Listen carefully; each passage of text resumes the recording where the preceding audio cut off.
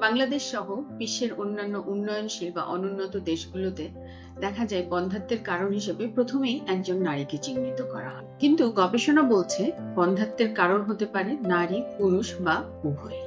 বন্ধ্যাত্বের কারণগুলো বিশ্লেষণ করলে দেখা যায় বন্ধ্যাত্বের জন্য 30% ক্ষেত্রে সমস্যা থাকে নারীদের, 30% ক্ষেত্রে সমস্যা থাকে পুরুষের এবং 10% ক্ষেত্রে দেখা যায় উভয়েরই সমস্যা থাকে।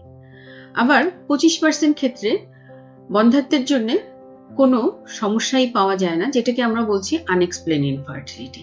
আবার 5% ক্ষেত্রে দেখা যাচ্ছে অন্যান্য কোনো কারণ দায়ী থাকতে পারে। তাই বন্ধ্যাত্বের কারণ হিসেবে একজন নারীকে প্রথমেই চিহ্নিত না করে স্বামী এবং স্ত্রী দুজন একসাথে ডাক্তারের পরামর্শ নেওয়া উচিত।